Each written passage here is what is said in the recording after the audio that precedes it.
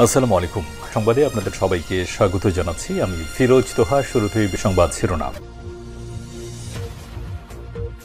বাংলাদেশের সর্বশেষ গুরুত্বপূর্ণ আপডেট সংবাদে আপনাকে স্বাগত। শুরুতেই সংবাদ শিরোনাম, পরে বিস্তারিত।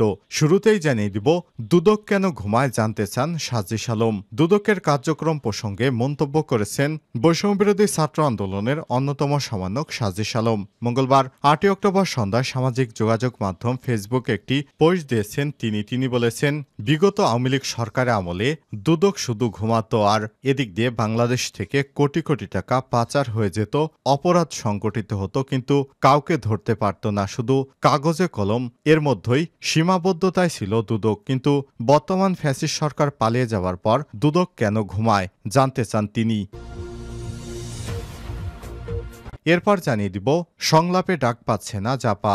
দেশের রাজনৈতিক দলগুলোর সঙ্গে অন্তর্বর্তীকালীন সরকারের সংলাপে আর ডাক পাচ্ছে না জাতীয় পার্টি। মঙ্গলবার ৮ অক্টোবর রাতে নিজের ভেরিফাইড ফেসবুক প্রোফাইলে এক পোস্টে সব তথ্য জানান বৈষম্যবিরোধী ছাত্র আন্দোলনের অন্যতম সমন্বয়ক হাসনাত আব্দুল্লাহ। তিনি লিখেন, আমাদের দাবির পরিপ্রেক্ষিতে ফ্যাসিবাদের দোসর জাতীয় পার্টিকে সংলাপে আর ডাকা হচ্ছে না।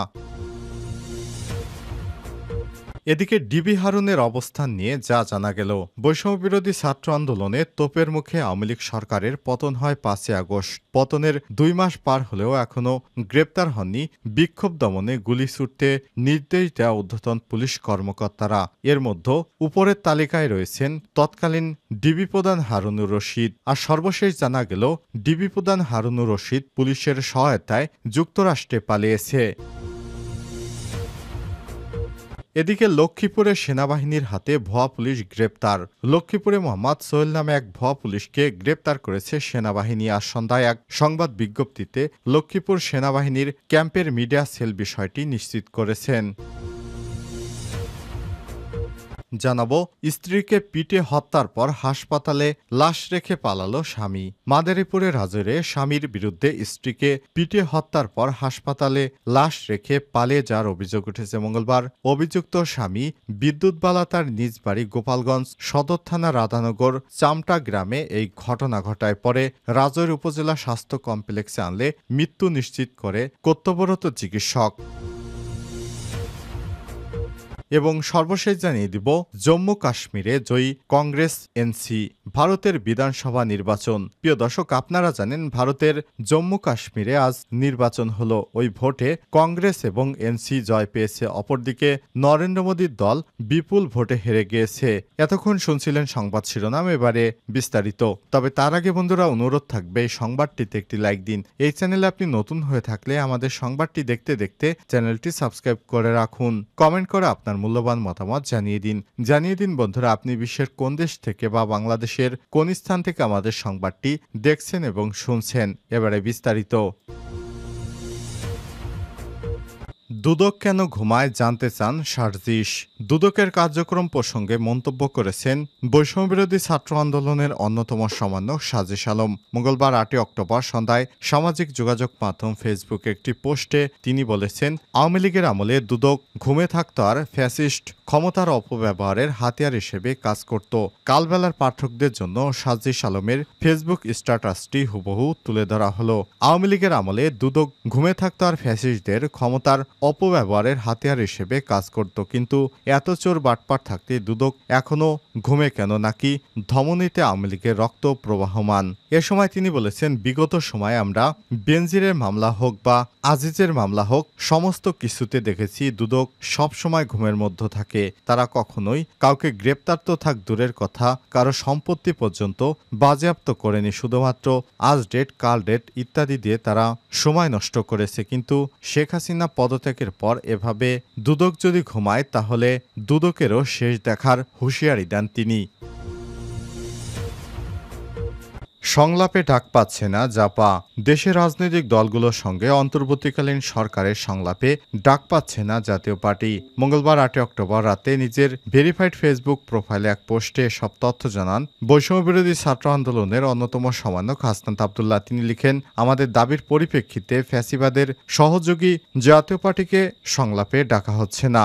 গতকাল হাসনাত আব্দুল্লাহ ফেসবুক এক পোস্টে লেখেন, স্বৈরাচারের দোসর জাতীয় পার্টিকে সংলাপে আমন্ত্রণ জানানো চালানো হলে আমরা সেই আত্মঘাতী সিদ্ধান্তের তীব্র প্রতিবাদ ও কঠোর বিরোধিতা করব। সোমবার ৭ অক্টোবর অন্তর্বর্তীকালীন সরকারের প্রধান উপদেষ্টা ডক্টর মোহাম্মদ ইউনূসের সঙ্গে জাতীয় পার্টির সংলাপ প্রসঙ্গে বৈষম্যবিরোধী ছাত্র আন্দোলনের অন্যতম সমন্বয়ক সাজিস আলম ফেসবুক পোস্টে লিখেন, জাতীয় পার্টির মতো মেরুদণ্ডহীন ফ্যাসিস্টের দালালদেরকে প্রধান উপদেষ্টা কিভাবে আলোচনায় ডাকে। অন্তর্বর্তীকালীন সরকার গত শনিবার থেকে দলের রাজনৈতিক দলগুলোর সঙ্গে সংলাপ শুরু করেছে। প্রথম দিনে বিএনপি, জামাত সহ বেশ কিছু রাজনৈতিক দল ও জোটের প্রতিনিধিদের সঙ্গে বৈঠক করেছে সরকার। আগামী ১৯ অক্টোবর শনিবার ফের সংলাপের কথা রয়েছে।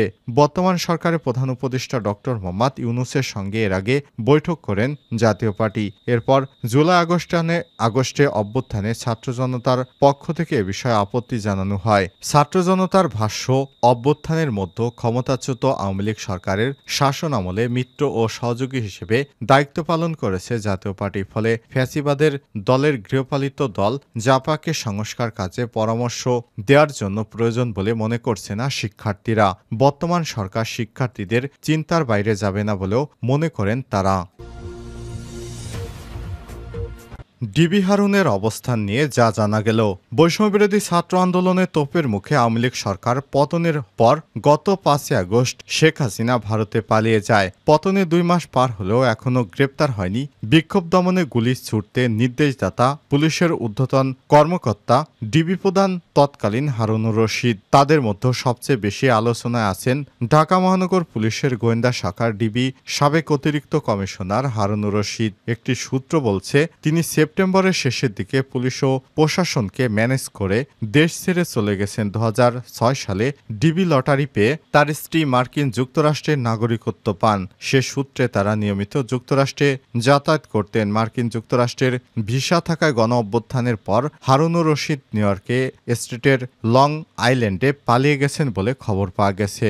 নিউ ইয়র্কে বাংলাদেশ কমিউনিটির কয়েকজনের সহায়তায় তিনি সেখানেই গোপনে অবস্থান করছেন বলে জানিয়েছে একটি সূত্র। সেখানকার একটি ভবনের সম্মেলন কক্ষে হারুনুর রশিদ বসে রয়েছেন, এমন একটি ছবি গণমাধ্যমে প্রকাশিত হয়েছে। পুলিশ সদর দপ্তরের তথ্য অনুযায়ী সরকার পতনের পর অন্তত ১৮৭ জন পুলিশ কর্মকর্তা বা পুলিশের কনস্টেবল অনুপস্থিত রয়েছে। তাদের অনুপস্থিতির কারণে বরখাস্তের উদ্যোগ নেওয়া হচ্ছে বলে সম্প্রতি জানিয়েছে পুলিশের বর্তমান মহাপরিদর্শক ময়নুল ইসলাম।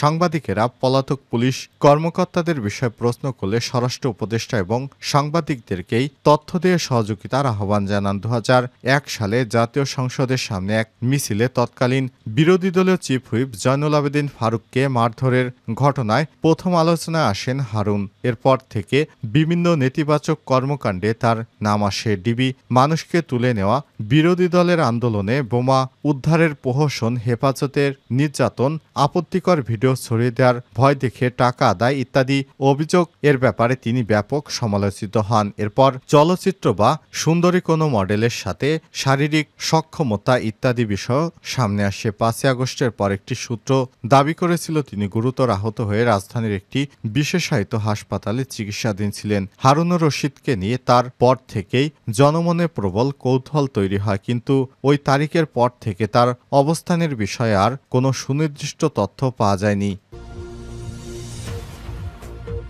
লক্ষ্মীপুরে সেনাবাহিনীর হাতে ভুয়া পুলিশ গ্রেপ্তার। লক্ষ্মীপুরে মোহাম্মদ সোহেল নামে এক ভুয়া পুলিশকে গ্রেপ্তার করেছে সেনাবাহিনী। মঙ্গলবার ৮ আগস্ট সন্ধ্যায় এক সংবাদ বিজ্ঞপ্তিতে লক্ষ্মীপুর সেনাবাহিনীর ক্যাম্পের মিডিয়া সেল থেকে বিষয়টি নিশ্চিত করা হয়েছে। এর আগে দুপুরে শহরের উত্তর তেমুহনী এলাকা থেকে তাকে গ্রেপ্তার করা হয়। একটি চাইনিজ চাকু উদ্ধার করা হয় তার কাছ থেকে।